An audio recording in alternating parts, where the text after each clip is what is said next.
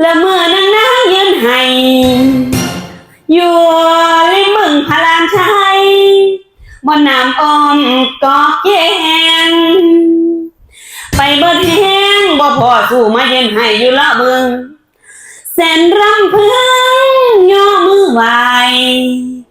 สามทีกราบเจ้าพ่อและเพิ่นสิหูบ่น้องอีนางกอดเขาให้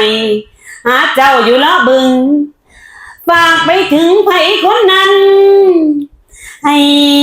ดันใจเด้อเจ้าพ่อใช่แล้วอยู่มันยังฮ้อนยังแสบตัวมันร้องเพลงอย่างนี้อากาศมันยังฮ้อนแห้งไว้เฮ็ดให้มันฮ้อนตื่มอยู่นี่ว่าซั่นบ่เฒ่ามันเงิดหลายแท้เนาะอ๋อมันบ่ได้มีความสุขติบ่ไอ้คอยอยู่สงบลมเย็นจักบาดนี่เปียงอุ้ยโอนคาถานิยมเสกมนต์ไปข่มหัวใจคนจร